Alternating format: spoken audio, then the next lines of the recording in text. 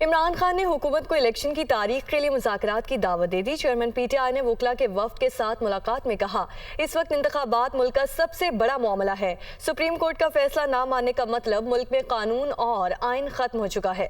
لاہور سے دیکھیے لیاقت علی کی رپورٹ۔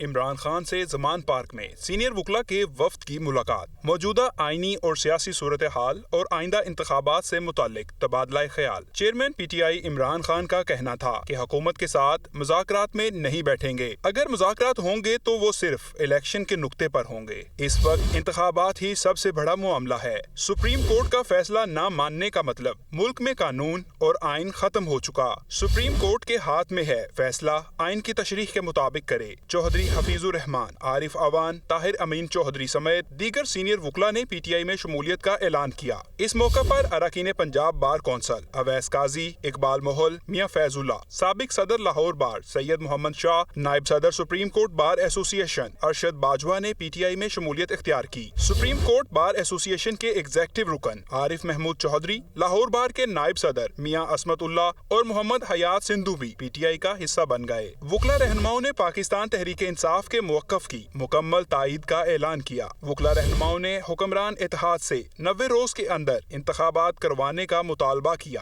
وکلا رہنماؤں کا مزید کہنا تھا کہ پاکستان میں قانون کی حکمرانی، جمہوریت کے استحکام و فروغ اور دستور کی بالادستی کے لیے پاکستان تحریک انصاف کے شانہ بشانہ چلیں گے۔